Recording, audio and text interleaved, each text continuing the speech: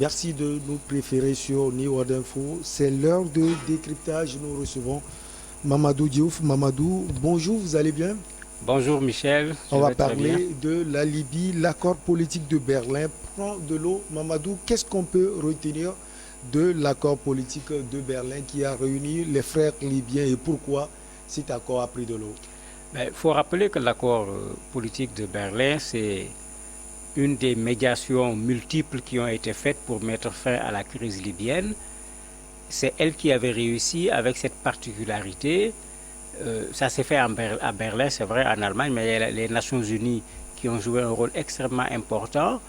Mais l'option finalement, c'était non pas de faire comme les autres grandes conférences où on invitait également les étrangers présents sur le sol libyen dans ce conflit, mais on a voulu faire en sorte que le conflit puisse être réglé par les Libyens eux-mêmes.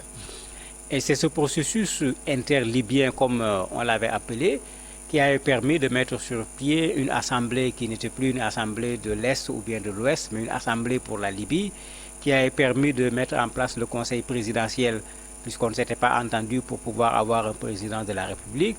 Et il y a également des démarches qui avaient été faites qui devaient aboutir le 24 décembre dernier à des élections générales qui permettraient en principe à la Libye de sortir de la difficulté actuelle. Mais finalement, comme tout le monde le sait, le 24, il n'y a pas eu d'élection. Et ça crée maintenant un énorme problème. Donc c'est ce processus-là qui est en train de prendre de l'eau, parce qu'à partir du 24 décembre, il n'y avait pas quelque chose de prévu. Puisque en principe, le 24 décembre, il devait y avoir des élections, et les élections devraient permettre de retourner dans une Libye où le président de la République a été élu. Alors que ce qui s'est fait jusqu'à présent, c'est des compromis, c'est des accords qu'on a trouvés pour faire en sorte que les parties libyennes qui ne s'entendaient pas, et surtout la partie Est et la partie Ouest s'entendent pour mettre en place un processus pouvant aboutir à des élections. Il y a le problème des élections, mais les signataires, dans leur point 3 à Berlin, réaffirment leur attachement à la souveraineté, à l'indépendance et à l'intégrité territoriale et surtout à l'unité nationale de la Libye. Est-ce que tout ça là aussi, toutes ces choses sont enterrées? Mais non, sur les principes, il a toujours été facile de s'entendre. Il n'y a pas un Libyen qui va dire je ne suis pas d'accord avec l'unité nationale. Puisque chacun se battait pour la Libye, personne ne se mettait dans une position de sécession. En tout cas, il n'y avait pas quelqu'un qui l'affirmait. La question de la sécurité, etc., c'est la même chose. Les difficultés n'étaient pas là-bas. Il a été assez facile de faire en sorte que les Libyens s'entendent sur un certain nombre de principes, dont tous les principes que vous venez de citer. Ce n'est pas là-bas que se trouve le problème. Après qu'on se soit entendu sur les principes, le problème c'est qui va diriger. Parce que ces principes, il faut quelqu'un pour venir mettre en œuvre ces principes-là. Et c'est au niveau de ce quelqu'un qui va mettre en œuvre qu'il y a le problème. Puisque on l'a vu durant tout le processus, tant qu'il fallait dire il faut mettre en place une assemblée, il faut mettre en place telle chose, il faut mettre en place telle chose, il y avait des accords.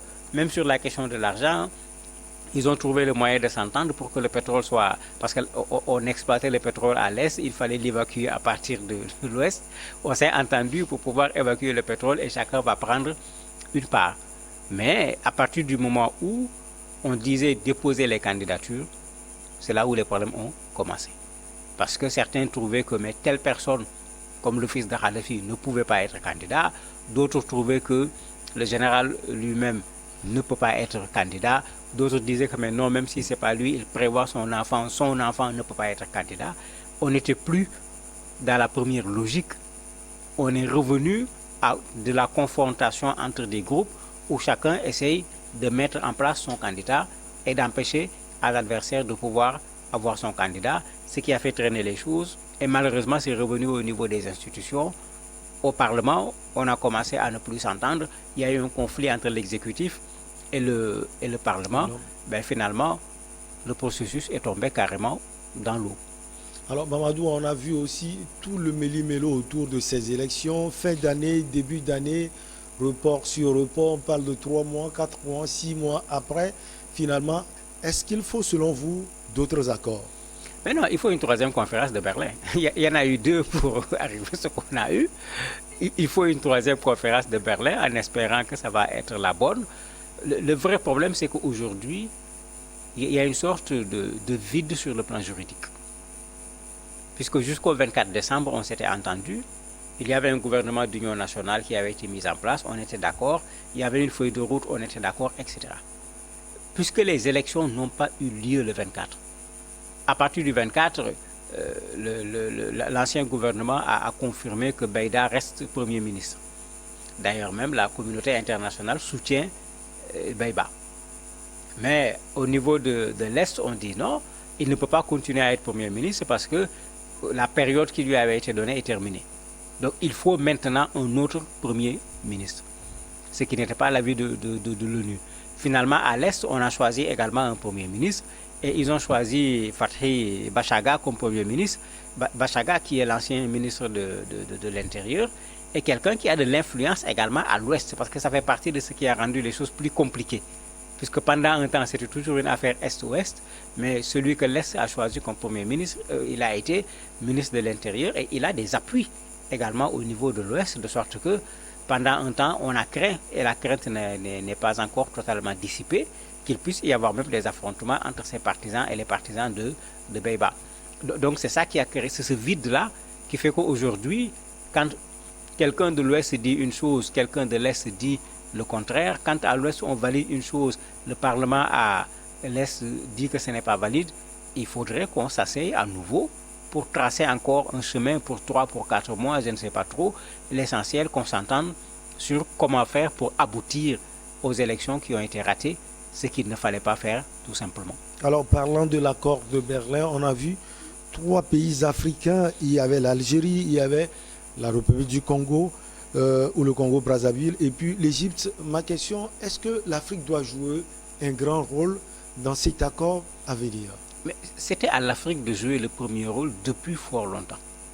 Puisque ce conflit se trouve sur le continent africain, l'Union africaine devait être la première institution à se lever pour faire quelque chose.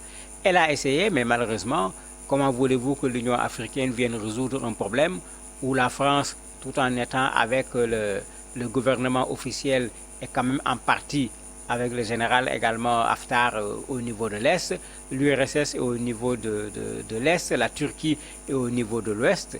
Bon, théoriquement, c'est un problème africain, mais pratiquement, on avait un problème qui a dépassé largement le cadre libyen, qui a dépassé largement le cadre africain, qui est devenu un problème international.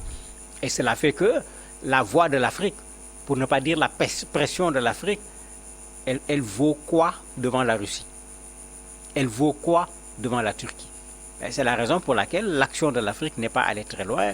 Le président de la RDC à l'époque était le président de l'Union africaine. Il était tout à fait normal qu'il soit associé, mais c'est l'ONU qui était maître d'œuvre de ces actions, qui avait même menacé de sanctions ceux qui essayaient d'entraver ce processus. Mais malheureusement, comme on le voit le plus souvent, les sanctions, on menace plus qu'on ne les met en œuvre pour pouvoir éviter la situation que la Libye vit actuellement. Lors de l'accord de Berlin, on a également parlé de l'ingérence étrangère. Est-ce que on doit lutter véritablement contre cela aujourd'hui pour pouvoir aller à la paix en Libye? Mais l'accord était très clair, puisque la stratégie, c'était venir discuter entre Libyens, puisqu'on s'est rendu compte que les influences étrangères rendaient difficile la possibilité de trouver un consensus. On a mis les étrangers de côté, de tous bords. Malheureusement, au moment où on faisait la deuxième conférence de Berlin, l'ONU disait qu'il n'y avait pas moins de 20 000 mercenaires en Libye. Des Turcs, des Syriens, des Tchadiens, etc., des Wagner, il y avait du tout. Donc, après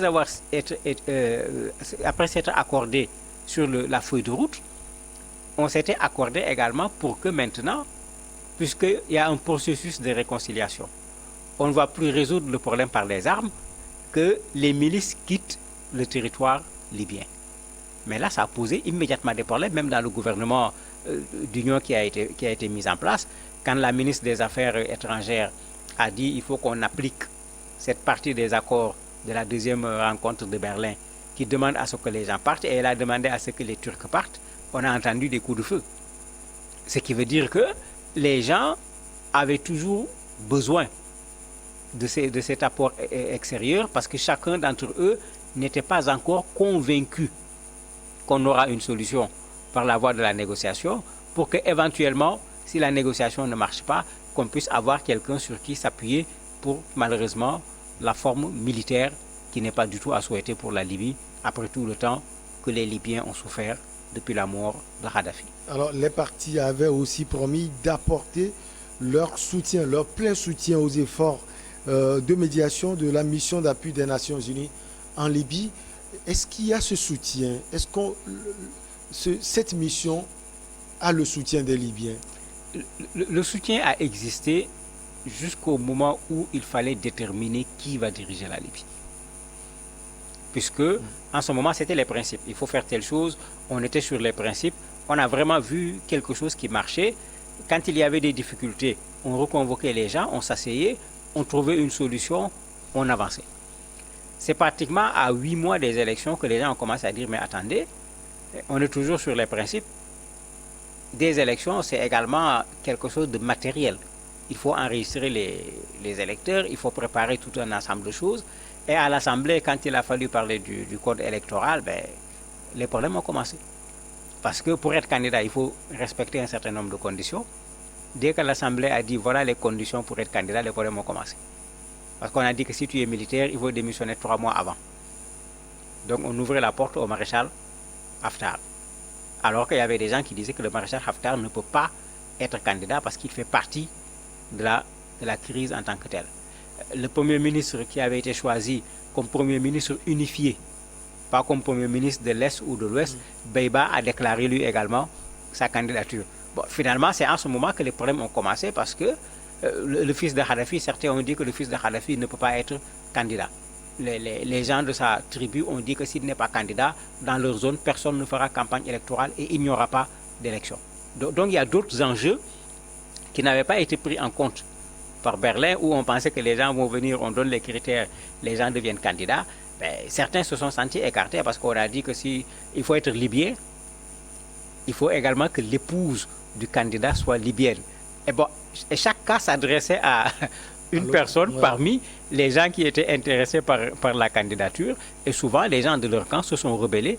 Et c'est comme ça que le désordre a commencé jusqu'à ce que finalement, il a été impossible de tenir les élections du 24 décembre. Alors, Mamadou, qu'est-ce qu'on peut prendre des accords de Berlin comme, si on peut le dire, ce qui peut avantager la Libye et l'ajouter à d'autres accords à venir? Pour moi, c'est les mêmes principes qui avaient été utilisés, il faut les garder. Et quand on regarde tout ce qui a existé comme conférence sur la Libye, conférence internationale en France, en Italie, en Turquie, en Russie, la conférence qui a réussi, c'est celle qui a rassemblé les Libyens exclusivement. Je crois que c'est la première leçon qu'il faut tirer, mettre les Libyens seuls ensemble et les éloigner un peu de l'influence de l'Égypte, des Émirats arabes unis, de l'Arabie saoudite, de la Russie, de la Turquie, etc. La deuxième chose, il va falloir impliquer cette fois-ci davantage le peuple libyen. D'ailleurs, c'est ce que dit un diplomate, le peuple veut les élections. Ce sont les politiques qui ne veulent pas des élections. Impliquer davantage le peuple libyen et leur accorder un poids dans ce qui va se passer, de sorte que s'il y a les politiques qui ne veulent pas que la Libye revienne à la paix de façon institutionnelle, de façon très claire, mais qu'on les écarte. Ils ne sont pas les seuls Libyens, ils ne sont pas les seuls à pouvoir conduire la Libye. Au lieu de les laisser mener la Libye à une autre guerre, il faut les écarter en donnant plus de force au mouvement de la société civile, au peuple libyen de façon générale, pour qu'ils mettent leur pression sur ces hommes politiques. S'ils ne veulent pas ramener la paix, que les Libyens sachent que le pays leur appartient, il n'appartient pas à ces quelques hommes politiques qui, pour leur dispute d'intérêts, sont prêts à mettre le feu encore à la Libye. Vous pensez qu'au finish, c'est la position à adopter et écarter peut-être les politiques et donner la chance plutôt aux acteurs de la société civile? Ça fait partie des stratégies qui avaient été utilisées pour aboutir à ces résultats. On avait mis un peu de côté le général Haftar, on avait mis de côté également le premier ministre de transition, on avait fait monter un peu Aguila Saleh au niveau de l'Est avec le Parlement, mais finalement Aguila se retrouve dans une posture où il soutient finalement fortement le général. On est en train de retourner à la case de départ, on refait la même chose. Voici les obstacles, on les identifie, on applique les sanctions qui avaient été prévues par les accords, parce qu'il y a des sanctions qui avaient été prévues, on met ces gens-là de côté et la Libye continue son chemin. Ces gens-là pourront après venir s'asseoir comme tout Libyens pour faire partie de ceux qui vont développer la Libye. Mamadou Diouf, merci beaucoup à vous. On marque une petite pause et derrière on reçoit Maître Eric Emmanuel Sosa.